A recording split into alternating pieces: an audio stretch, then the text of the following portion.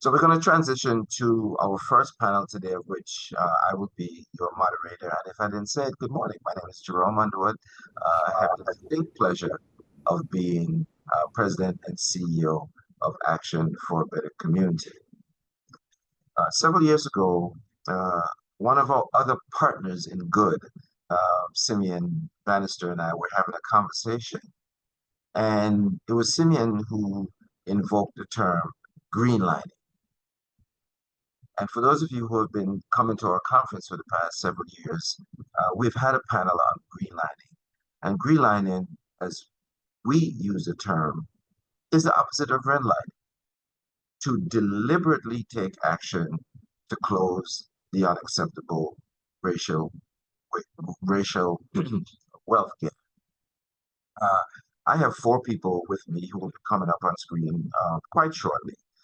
Eric Van Hoosen from Savings and Loan, my brother Chi Owanye from Key Bank, Steve Epping from M&T Bank, and Sarah Osman, who is a realtor.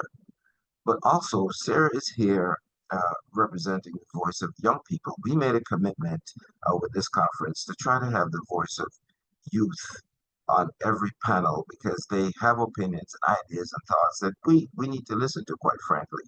Uh, but Sarah is a realtor and working in the field of trying to increase home ownership. Now, there have been a number of reports from be it the New York State Department of Financial Services, the Office of the Attorney General of New York State, the Urban Institute. Um, there's a bevy of reports which detail the desperate level of home ownership between BIPOC individuals and our Caucasian brothers and sisters. All of these reports have the same conclusion, and that conclusion is lending to BIPOC individuals is not done in equitable rates compared to lending to again, our Caucasian brothers and sisters. And this is true at all income levels. So I want to open my questions to the panelists, asking everyone to sort of, give their, you know, in a minute or so, what is your sort of analysis? What's your take on the conclusion of these various reports that, again, lending to BIPOC individuals, is not done at the same rates as our Caucasian brothers and sisters. So let me start with you, Chi. What's your take on the conclusion of these various reports? Good morning. Can you hear me? Yes, we can hear you perfectly. Excellent. Jerome, thank you so much for the opportunity to be part of this important conversation, but also the important work that we all need to do in order to address the things that have been elevated in those reports.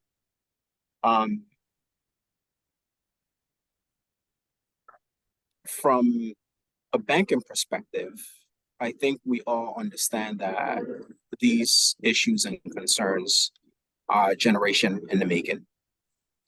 And although a lot of efforts have been deployed to try to address them, those efforts, unfortunately, are just constantly being undermined by various, factors and shifting winds and, changing politics. However, I do believe that we will eventually we will eventually get to a place where a lot more people feel equity and see equity. And I am incredibly grateful to organizations such as ABC that have put together, the Green Line Coalition in order to try to bring that to fruition. So I would just leave that out there. Obviously, I have a lot more to say, but I would just leave that out there now, for now. Sure, sure. Let me go to you, Eric. Eric is at Eastman Savings and Loans and one of our partners at the Greenlining Coalition. What is your quick take on, the situation as it is and the conclusions in the various reports that I know you're familiar with? Yeah, and thanks, Jerome, for the opportunity to be here to talk. My response would be much like Chief's. It's clear that there's been, you know, significant challenges. There's been policy challenges, all sorts of barriers in place. But I have to say that over the past couple of years, I've been really encouraged by what I feel like is some momentum shift, and I'm hoping that it can continue, where there's a renewed focus and, frankly, a commitment to addressing the equity gap, because it's going to take a commitment, an intentional commitment, to be able to do that. You know, and I know that you're well aware of some of the efforts that ESL is making in that way. We're not the only one. The work that the Greenlining Committee is doing, but others as well, like our mapping. All of these collective efforts, I think, are promising in their opportunities for us to leverage all of our individual efforts to make impact that we haven't seen in the past. And so you asked for a 1 minute response. I hope I've not gone over that, but I would share that as a remark. Excellent, excellent. Thank you. Sarah, good morning. As I mentioned, you have a unique perspective as a young person and also a realtor.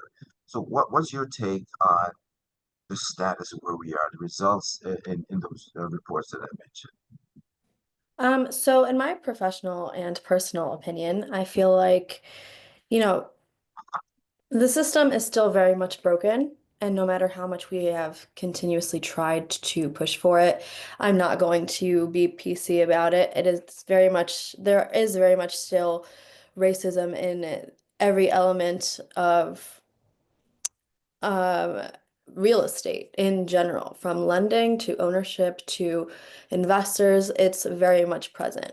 I think the best way to go about it is by making people uncomfortable. And the only way to make change is by being uncomfortable and making other people uncomfortable. And from what I have experienced, it could be, perfect credit, perfect work history, and all of a sudden there's an issue as to why we can't close, and nobody can give me an issue, like an answer. And it is more often than not a person of color. And we ask, why is this happening? How are these numbers so different? The truth of the matter is that there just isn't enough representation in the field, from appraisers to even loan officers and even real estate agents. I might not look like a person of color, but I am a person of color, and I can say in many rooms that I stand in networking opportunities, even just among other real estate agents, there aren't many people who represent the people of color in the community. And I feel like there should be a push for, or like an influence for people to go into these careers specifically for the representation. And I think that's a very important way. That, and by like overtly making people uncomfortable and asking the uncomfortable questions, and you know, highlighting race as an issue if you believe that somebody's being discriminated against, because I have had that experience with lenders. And, when I do make it apparent that I'm suspecting it, they immediately go overboard to try to prove that they're not. And unfortunately, we're still there in this time period in history that we do have to keep advocating for equality and fairness. Thank you. Thank you. And the voice of our young people. Um, Steve Epping, Rochester Regional President of M&T Bank and a longtime partner with Action for a Better Community. Thank you for being here, Steve. What are your initial comments on the status as we are right now? Well, Jerome, good morning, and thank you for having not only myself from M&T on as a panelist, but for putting this program on. It's 2 days of fantastic information that, and quite honestly, information needs to be talked about and discussed. So thank you for doing this. As my fellow panelist indicated, there's a lot of work to be done, and a lot of the things that we talk about here when talking about inequities and opportunities for home ownership in the city of Rochester is the fact that we, and I say we as an industry, but M&T in particular, but all the other banks and financial institutions, we can't be complacent. We can't just kind of think that things are just going to get improved on their own. We have to be proactive, and we have to be intentional in how we approach those things.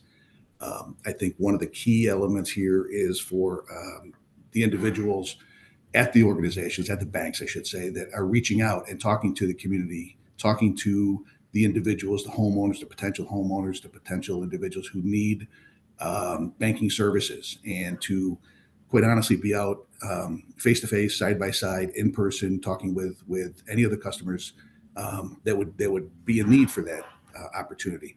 I do think there's a great opportunity for us to make sure that as Sarah made the comment, we need to make sure that we're addressing all the items up front, and not having a situation where we get down to the 11th hour. And we need to make sure that the communication is there, and that the equities are there for us to be looking at opportunities for home ownership for low to moderate income individuals.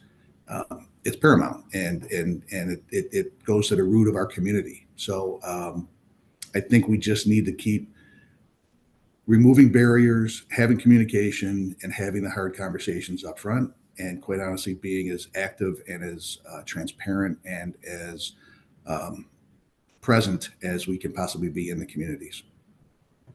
But thank you, Steve. Thank you, all of you. As Steve mentioned, Eric mentioned, and also Chi mentioned, ABC has convened what we call the Greenlining Coalition to close the racial wealth gap. And certainly M&T, Key are part of that, as well as ESL and others. But not just banks. We have the county at the table, we have the city at the table, and we have other not-for-profits at the table, as well as realtors. As a matter of fact, Sarah, we need to add you to that coalition. And our coalition literally has been meeting for, it'll be almost 2 years. And what we did in that time is have those hard conversations that Sarah was talking about. And we mapped out what we call the home ownership ecosystem. If people are looking to own a home, what are all the different systems and peoples they need to touch? What happens? Because the mortgage is, almost the last thing, but it's not the last thing, because we just don't want people to get a mortgage. We want them to be able to have that in perpetuity and be able to build generational wealth that they can pass on to their families. So, Eric, I'll come to you with the next question.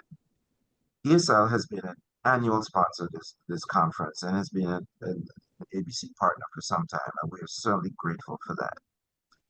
With respect to ongoing efforts to close the racial wealth gap, can you give us some insight into how your institution sees this effort internally? Because we have people on this call right now who may not necessarily know how deep this goes inside ESL. So can you tell us a little bit about what you're doing internally, and how has your role changed, if any, regarding those efforts? Eric? Yeah, be happy to. Thank you for the question. We're very aware that home ownership is one of the biggest ways to generational wealth, but there are many financial wellness steps that need to be taken to get to home ownership. And access to financial products and services, we know help to improve an individual's financial wellness. So it's about home ownership. But it's also about much more. And as you mentioned, Jerome, it's not just purchasing a home; it's being a long-term homeowner, and that's what it will take to realize generational wealth. And so some of the things that we've done at ESL in support of that is creating a special purpose credit to intentionally focus resources on Black and Latino first-time home buyers. And since we've launched that, we've had over 300 participants enroll in that program. So that's one way that we've responded, by creating a special purpose tax credit, the first one in our region. to intentionally focus on narrowing that gap. But there's other things that we've done as well. And so we have a foundation, Community Impact, and we provide grants to nonprofits who are doing work in the community. We provide grants in a couple of different areas. We focus on expanding individual opportunity. So that's cradle to career education and workforce development, supporting organizations and systems. And that includes capacity building for nonprofits doing the work to help them scale up. And then we focus on building strong neighborhoods. And within strong neighborhoods, there's a housing element, and we support permanent affordable housing as part of some of the grant making that we're doing in building strong neighborhoods. And in 2024, we supported over 700 units of quality affordable housing in a couple of different ways. Some of that was new housing for homeowners as well as renters. Some of that was preserving existing housing for homeowners and improving the quality for renters. So we provide grant support that do those kinds of efforts in the community, working with a great group of nonprofit housing organizations that are doing wonderful things in the neighborhood. And then lastly, I would say that we focus on things like creating a short-term loan and a secured credit card for folks who are looking to establish credit or maybe repair credit. And then another thing that we've done is we've reduced our overdraft fee. Industry standards are usually around $25 that's charged for that. We've lowered ours to $5. So those are some of the things that we have done intentionally to try to address both increased home ownership and in particular generational wealth and equity. And Eric, has your individual role changed any in furtherance of all those things you mentioned? Say that again, Jerome. Sorry. Has your individual role changed any in furtherance of those things you mentioned? You know, we have evolved. We've always been focused on equity. But you know, we're constantly trying to innovate, and I wouldn't say that my role has changed because equity's been a part of the journey for me in my role as the community impact manager. But I would say that we're you know, constantly looking for opportunities, constantly looking to try to understand, you know, how we might play more of a role. And we're also using our role as convener to try to engage others in this work so that we can learn from them and also leverage collectively our resources. So I wouldn't say that my role has changed because equity has been a part of my role from the beginning. But I will say that you know, we continually work to find new avenues to realize that work. Thank you. Thank you. Sarah, I'm going to come back to you. You're a realtor for Revolution Rock Real Estate. And if I'm correct, your focus is on first-time home buyers, immigrants, and creating housing, the possibilities for people who are not normally getting that opportunity. What are young people's views on becoming homeowners? Are you and your peers having this discussion about home ownership? Do you think it's within your reach soon or in the not too distant future?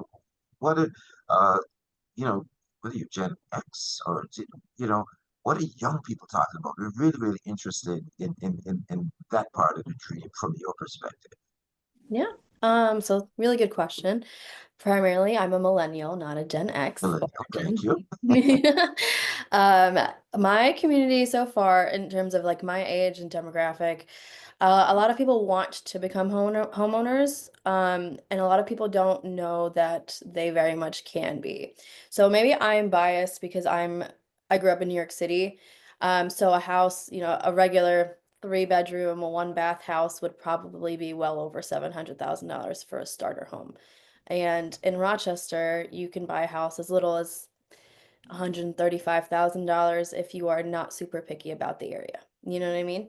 It is very much doable here, and I feel like a lot of people just don't realize it. They think it's like unattainable, or I didn't grow up rich, my parents can't help me buy a house, or I don't make enough money, I can't buy a house. I feel like a lot of people want to buy a house and they don't realize that it's more attainable than they think in the area that we live in. In terms of in the near future, I think it is imperative that it happens sooner than later because the property values in Rochester have been skyrocketing year after year. And it is difficult to determine whether it is a bubble and it's going to stop growing or if it's just going to, taper off and like level out, primarily because we have a shortage in inventory. And without an influx in inventory, specifically affordable inventory, because all of the new builds are 500 plus, and to most people are not, that's not attainable. Like that's not a first home, you know. Some people it is, but we're talking about the majority, right? As long as we have an inventory issue, the prices are going to keep going up. So the people who told me last year we're going to wait, we're already up $30,000 in equity in property values. And year after year, it's continuously gone up since I've started in 2020. And to answer the question, if in the immediate future, in the near future, I think the answer is should more than anything. And primarily because the housing market is in such like a boom because of the lack of inventory, we're building equity very quickly. And it is very important, especially if we're utilizing programs. We're talking about utilizing programs that help people become homeowners, like grants, meaning you probably don't have a ton of equity going into the game. You don't have a ton, like a huge down payment. It is very important to have, you know, call it artificial equity, right? The market created its own equity, and it's important for people to start building that early. So I would say sooner than later would be better. Thank you. And a little bit later in the discussion, we'll talk about sort of accessing those programs that Eric mentioned. I'm sure other banks. We're going to hear some more about that, so we'll come back to that. Thank Yeah. you. Chi, I'm going to come back to you. Um, you are Key Bank's. This is I love this title, Corporate Responsibility Officer, and you're also the bank's community relations manager. But there's also more. They're working you, but I can tell. You're also the co-chair of the African Heritage Key Business Impact Network Group. Long title.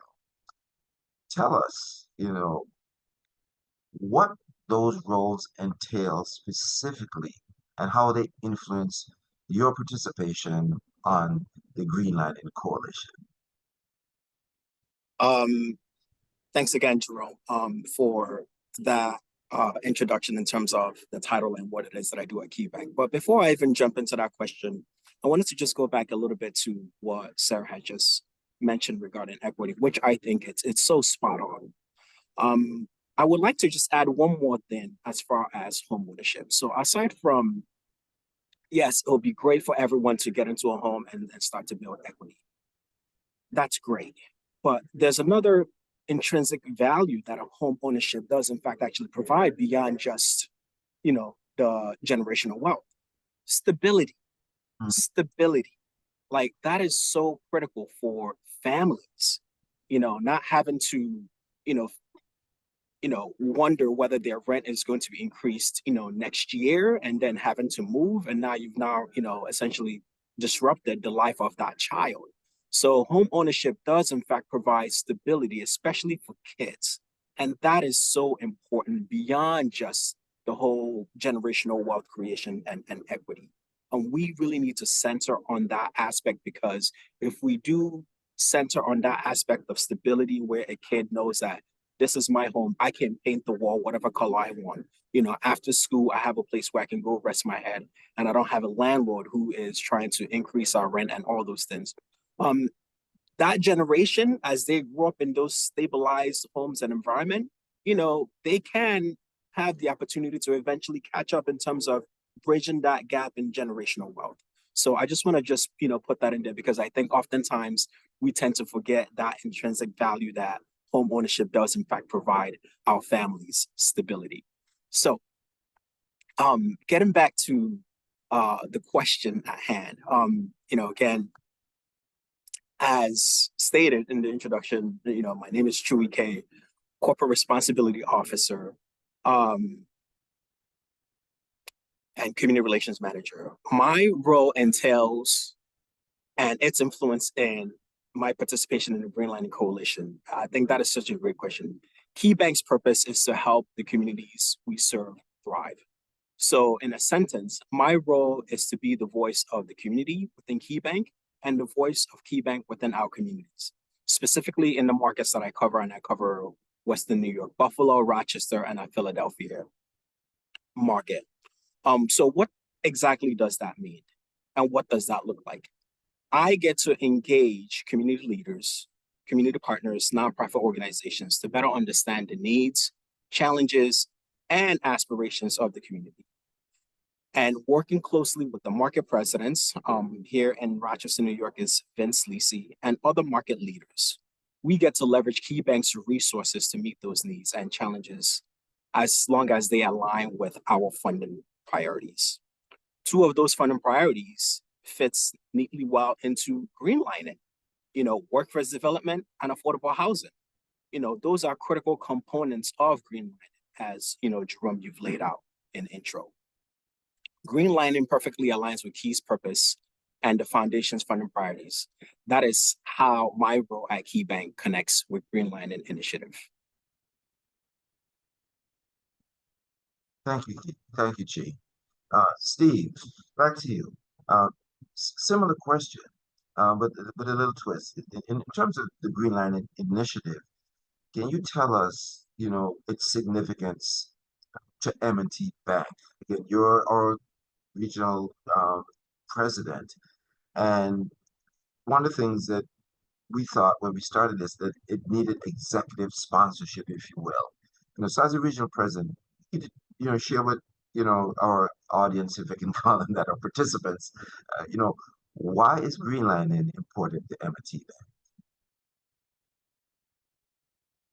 Yeah, hit that mute button. It always happens. Don't worry. Here we go. Thank you for the question, Jerome. Many folks on the WebEx may or may not know, but M&T Bank has been in Rochester here for almost 40 years. The community within Rochester is what really truly makes and breaks M&T Bank as a bank in this organization. We look at the community as if the community thrives, M&T thrives. But to go a little bit deeper, it's not necessarily about whether or not M&T is going to thrive or not. It's about inclusion. It's about being here as a community partner. We view the community, and we're in 28 regions across 13 states. So we cover a great portion of the Northeast. Rochester is one of those regions. Rochester is also one of the core regions. We were the second region. Buffalo's our headquarters where we were started. We're the second region within our organization. We view the city of Rochester and then the suburbs, but the city of Rochester is truly our Rochester home. It's been where we have been now for 40 years. And I know you didn't call me a millennial because I've been here almost all of those 40 years, to be quite honest with you, here at M&T Bank. What's important to us is making sure that we have a collaborative approach. And Greenlining is if nothing else, it's probably synonymous with the word inclusion. It's making sure that we are giving opportunities and services for banking services to everyone who needs them and desires them. We look for the positioning within the community as our duty, to be quite honest with you. Community focused, making sure that we're here to fulfill the missions, or our mission is to fulfill the needs and make a difference in people's lives, individually, businesses, across the board. We also look, as I said earlier, and I may say it a third time in this panel, we need to be side by side. We need to be on the street. We have a team here. We have over 400 employees in Rochester. We have a team here with Beverly Fairbrooks, our CRA officer, Don Tilkins, and Katrina Hernandez in our residential mortgage group. They're focused daily on making sure that we're providing mortgage services to our people throughout the Rochester community, and in particular in the city of Rochester. And that includes making sure that we are addressing all the low to moderate income individuals. And that's one of the reasons why greenlining is such an important focus, I think, for the community without question, but also for M&T Bank. As I said, if the community doesn't thrive, we won't thrive. It's got to be done collaboratively.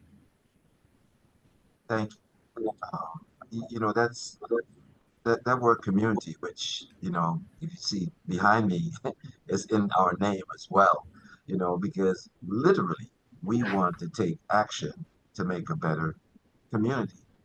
And for the participants who are here, I want to encourage you. The bank that you bank at, ask them if they're part of the Greenlining Coalition. Certainly M&T is here, Key's here, ESL is here. Ask your bank, are you participants in the Greenlining Coalition? And if they don't know, as young people say, well, they better ask somebody. And if they want to, just call ABC because we are amassing a coalition of the willing. And as you have heard all of our panelists say, this can be done. It is difficult, but so what? And this community of the willing, we are intent on closing this racial wealth gap by the deliberate actions of our participants. So we're going to come back to Eric.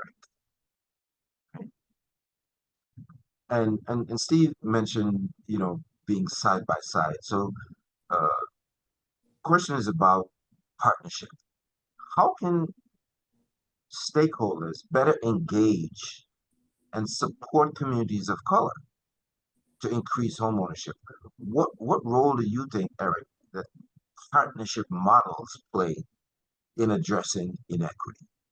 Yeah, I think it's critical, Jerome, and I think you said it well with community of the willing, who are intentionally focused on solving the problem of the home ownership gap.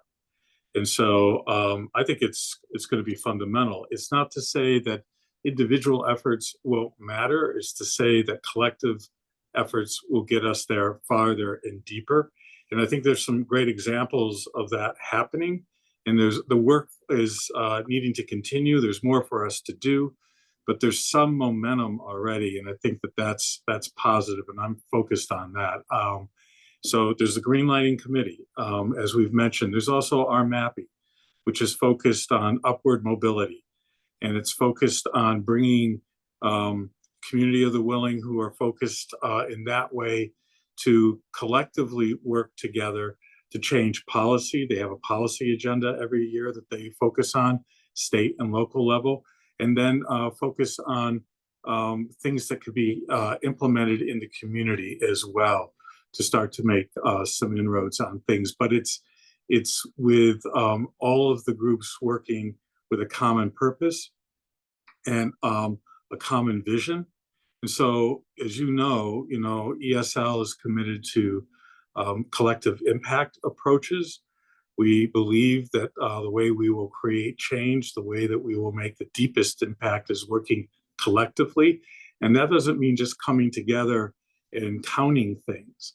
That means coming together and sharing a vision and working towards a higher measure that we're assessing our own individual efforts against. So our MAPI is an example of that, but so is Rock the Future, focused in the education area. I think that there's efforts that are going on at the individual and residential level that I think are pretty exciting. There's one that's starting to emerge in the 19th Ward. The 19th Ward Community Association is focusing on home ownership, financial wellness, wants to create a collective around that of nonprofits and other community stakeholders who align with those focuses and measures, bring some resources and energy to that. And we're really happy to be able to support them, as are others. And so that's a neighborhood scaled example, I think, of ways in which we can improve not only home ownership, but Black homeownership at the same time. The 19th ward, 65% of the residents are Black and 55% own their homes. So there's a very high percentage of Black home ownership, and that's been going down. And so by focusing in on it to stabilize and grow, it preserves an important neighborhood in our community, and with the promise of generational wealth. And lastly, I would say other partnerships include things like our working with the counseling partners when folks are going through our home buying grant programs, so that if somebody isn't home ownership ready, it isn't no, it's not yet. And then there's resources and support to be able to help them continue the journey to get to that place where they can buy a home. So there's different scales, I think, to partnership, and that's what I'm trying to convey here. And I think it's critically important. I think ultimately it's all of us sitting at the same table, not only bringing what we're doing, but learning together so that we can be better at what we do. Thank you. Thank you. Place-based improvement. Eric just mentioned that the 19th Ward Association, and again, one of the most stable, no, not one of the most stable Black neighborhood in Rochester is the 19th Ward. But that trend of home ownership reducing is concerning. We know also that connected communities, I think, is another great example of place-based work that's happening with LaShunda Leslie Smith up in Emma and Beechwood. So I say again to all of our participants, the question is, what's happening in your neighborhood? First of all, we have to maybe care about our neighbors and our neighborhood. That's not always the thing, but place-based improvement is a best practice. So thank you for that, Eric. Sarah, we're swinging back to you, and actually, there's a question somebody put in the Q&A with respect to um, uh, the uncomfortable nature that you talked about, making people uncomfortable. And I'll read it as the question came in. How do we make people uncomfortable to shift the status quo? For many of us who don't know how embedded racism is in the system, especially for first-time home buyers. I'll read it again. How do we make people uncomfortable pretty much in this shift, to shift the status quo? And a lot of first-time home buyers are not in tune to how systemic nature of racism is embedded in the whole process. What would you say? Okay, so I will start by saying that if you are a person of color or specifically a Black African American in Rochester, you are highly likely to be like familiar with it. It is not a new system, and it is historically very, very open. I guess people have known about it for some time. But my whole thing is by being. Wait, am I still muted? No, we can hear you. Oh, okay, it says it's muted. You can't hear me. So my whole thing is, again, I don't assume right away that somebody is going to be prejudiced against a client. However, I personally make it clear that it's not going to be an option from the jump. Like in real estate, as a real estate agent, you have lenders and attorneys that you work with regularly, but then there's third-party services like appraisers and the title companies that we don't work with directly. The people that we have connections with, generally, we're not going to send business to someone that we know is going to cause a problem. And then sometimes somebody comes pre-qualified, or they're like, oh, I already got pre-qualified with so-and-so bank, and it's a lender that I've never used before, I've never heard of them before, which is fine. I don't know everybody. But because I don't know you, I'm immediately going to be defensive. I'm very protective and I'm very defensive of all of my clients, particularly the ones that I know will probably not face equality throughout the process. Um, and I just basically make sure there's so many from A to B, there's so many A to C, A to D, A to E onward. There's a clear line of like what things are supposed to, how things are supposed to transpire.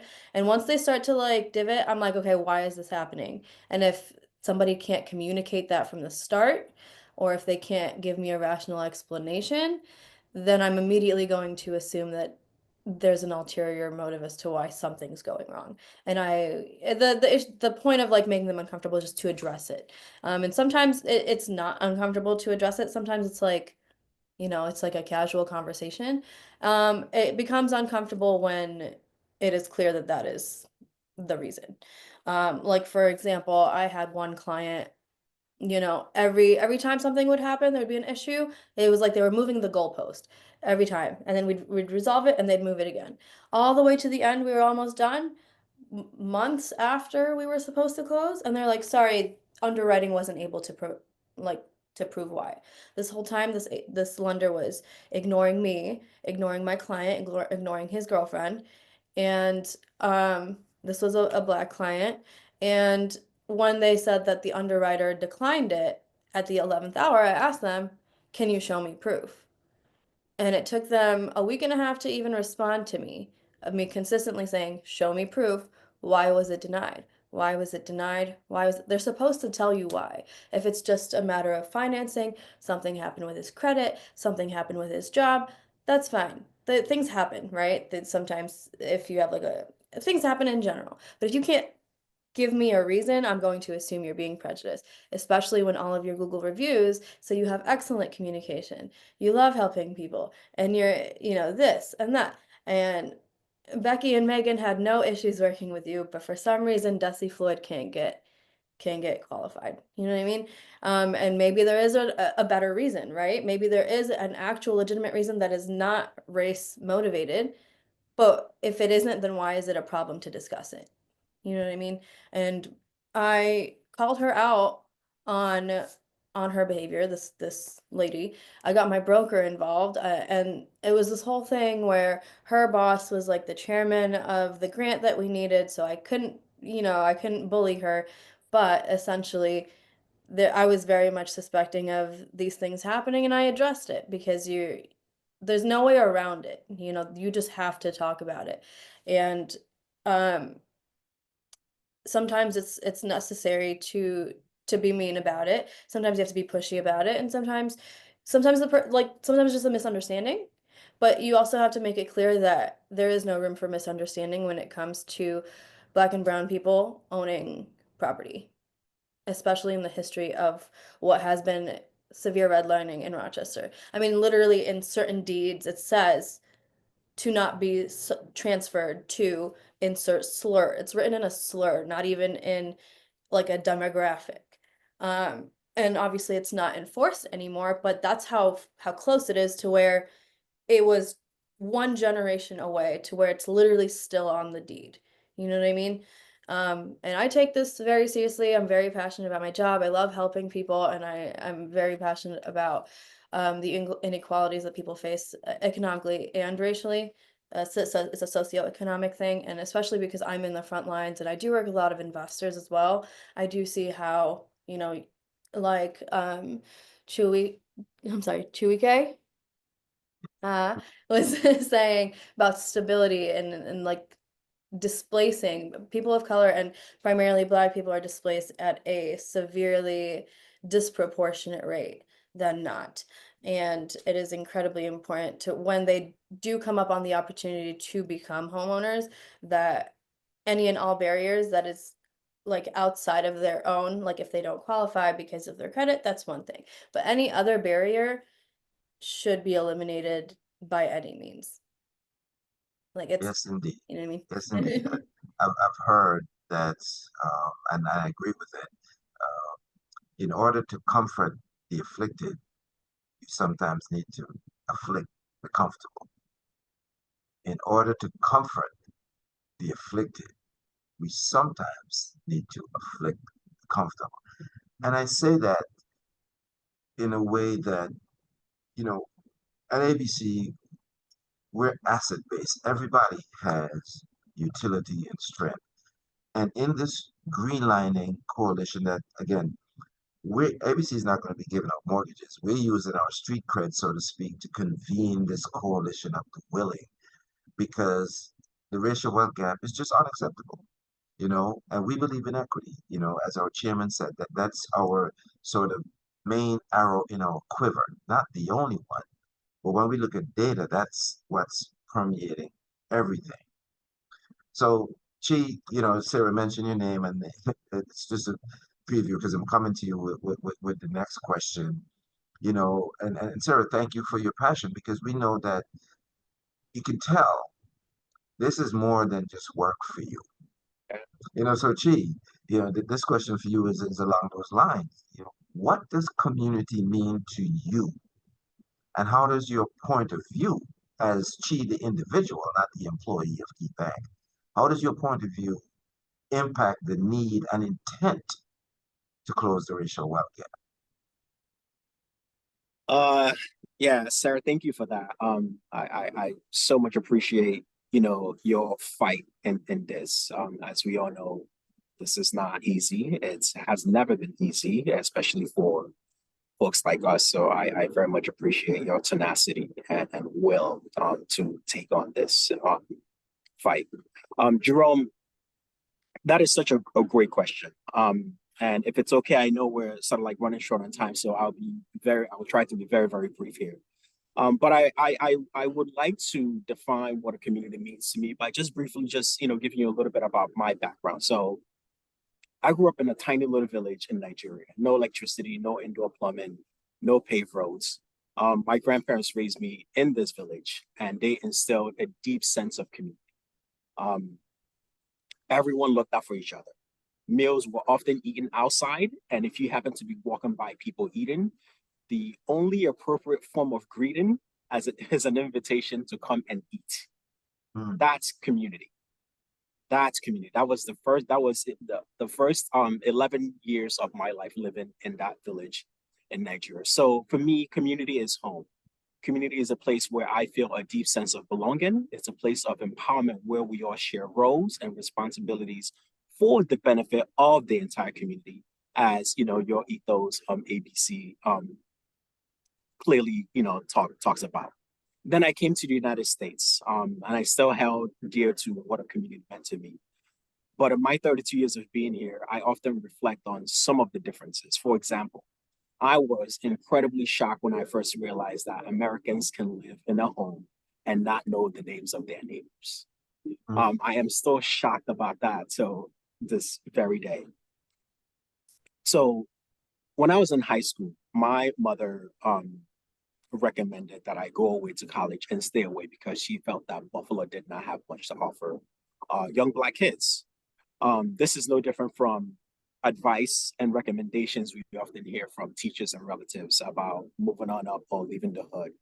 All well-meaning, obviously. But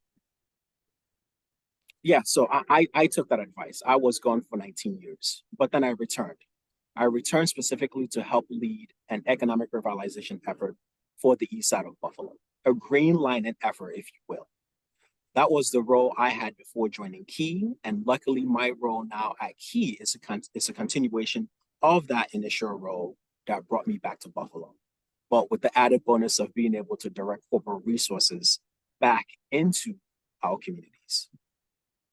State report, I think it was last year, 2 years ago, basically said Albany, Syracuse, Rochester, and Buffalo were reported to have child poverty rates that were double the average rates of cities similar in population size.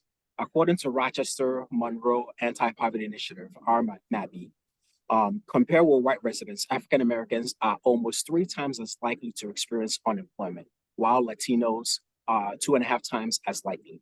African American incomes are less than half those of whites, while Latino incomes are only slightly more than half. We are all too familiar with the statistics. I know these statistics and I see these statistics.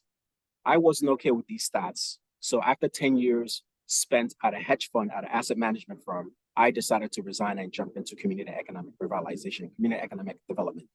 I thought if I could work to revitalize low to moderate income communities, perhaps people will get jobs, buy homes, and as those homes increase in value, they can leverage it to start a business and educate their kids. With each generation, closing the racial wealth gap while building strong and resilient communities. To me, closing the racial wealth gap means a community where everyone has access to tools and resources that sets them up for success right in their own communities. Closing the racial wealth gap means being able to afford and have access to fresh nutritional food for better diet and better health. I can go on, but I will stop there for the sake of time. And thank you, Chi. We'll never have enough time for this until we close this racial wealth gap. And, you know, the people who are on this panel, the four people and those, you know, 20 something others that are part of our Greenlining coalition are deeply, deeply committed. And, you know, Sarah, you'll be joining the team shortly. Yeah, that fire is absolutely needed, but not just the fire. It's so much deeper that you bring to it because you're a frontline person. And there was another question that came up in the chat about people being aware. What we're doing right now, is part of trying to help make people aware. Yes, there's a challenge, but there's also some special forces like Chi and Eric and Steve and Sarah. We are working on that. It's a difficult task, but we're committed to its success. Steve, I'm coming to you now as we, sort of get ready to land this plane. You know, regarding closing this racial wealth gap, we know it exists and it's been at 40% in Rochester since 1968. M&T is part of the Greenlining Coalition. In your assessment, what has M&T done well so far, and what's still left to do? What can you do better? Well, Jerome, I'll take the first part. I don't want to necessarily talk about what we've done well because there's so much more work that needs to be done. We have worked with, and I think one of the things that really is key is that there's a need for the private, the public, and the nonprofit sectors to work together on this. It's critical. We've worked obviously with ABC here for I think well over 25 years. Other partners, Pathstone, Urban League of Rochester, Rochester Financial Empowerment Center. It's critical, and I think that's been something that we've done well. That we've worked closely with them and aligned with them. We will continue to do that without question. That's not going to change. I think just to answer the question, the first question, and close out on that. I think what we've done well is that I've said this earlier. We've got people. We got feet on the street, if you will. We have branches. We have educated employees who understand how to process and work through a mortgage application for a loan for all applicants, whether it be low to moderate income or not. We have specialists that are dedicated to doing that. So that's what we've done well. I'll stop there. I think going forward, one of the things that we're doing, I think I heard Eric say this earlier, that about having a special purpose credit loan. We at M&T are doing the same thing, similar thing, and it's rolling out very quickly. So it's going to be hitting the street here, but it's going to be focused on low to moderate income home buyers, potential home buyers, current home buyers. It's going to talk about and include down payment assistance programs, closing cost gaps, helping with that, and non-traditional credit score. So those are the things we're focused on as a go forward. Also, I think what's absolutely critical is the financial literacy workshops and the education that can be provided to homeowners or potential homeowners. And there's many of us. M&T is one of the sources for that, but we absolutely have individuals that are dedicated and educated and trained to be able to help with that literacy. And then the last piece of this I'll say, and I'll make this very quick. Um, on the business side, it's very important. Again, this is a community, so it's home ownership, but we need to have small businesses in the communities as well. It's critical for the livelihood of the neighborhoods. So that's something else we're doing. Small business lending is a major part of what we've done forever. And again, I think we've done what we can to make sure that we've got financial literacy for the small business owners. We have an individual here at the bank, Melissa Jordan, who is a small business lender, business banker here for us as a day job and as a part-time job. She's taken on the responsibility of making sure that we're out and along with others, but she's leading the charge to make sure that we're talking with the small businesses. So again, back to that community, something I think we need to make sure that we're all talking and we're all sitting around the table together. Thank you. Thank you, all of you. And just like that, we're just at an hour already. Um, there are several questions in the Q&A. We won't get to all of them. I'll paraphrase one of them. It's sort of not a question from I think a friend of people looking to own homes, and also I think a breath of fresh air when it comes to justice. It's Ruhi Maker. Ruhi, again, not to be answered, but basically she says she's looking forward to working with all of the stakeholders with respect to forthcoming regulatory changes. We know we're in an environment where things are changing, but I think like Ruhi, like ABC, our ethos is justice and our ethos is equity. So for other questions, the people who are aware or unaware of things that are available to them, check with us at ABC because all these people on this panel are our partners and we have more and we can help guide you. Our role is to help people get ready and to share information. We help people get to where they're going. Again, we're not going to get mortgages, but we have partners who do. So the Greenlining Coalition, there's a space for everyone in what we call that home ownership ecosystem. For someone who is just thinking, oh, in 2, 3 years, I want to own a home. Well, that's where the financial literacy work comes in, and organizations like ourselves and Pathstone, you know, and the city of Rochester's Department of Financial Empowerment, we're working collaborative to get people ready so that when they say, oh, what was that young broker again? Oh, Sarah. When they go to Sarah goes to a bank for underwriting. Hopefully, that bank will be part of the Greenlining Coalition. We're not going to choose banks for people, but if they're part of the Greenlining Coalition, we're vetting them. Know that. Know that. And the banks on this panel just know that we recommend them because we know that, you know, when the check boxes, credit score, decent income, there are things that they have that we're aware of that we can find a way to yes. So we're committed to that and we're deeply committed to, again, literally taking action to make a better community. So Steve and Chi and Sarah and Eric, I'm grateful. We know the work. We're in the starting block still, for this marathon. So thank you for being here this morning and sharing your time, your expertise, and your passion and your willingness to work on this. Told you it was going to go by quick. That's an hour. Thank you so much.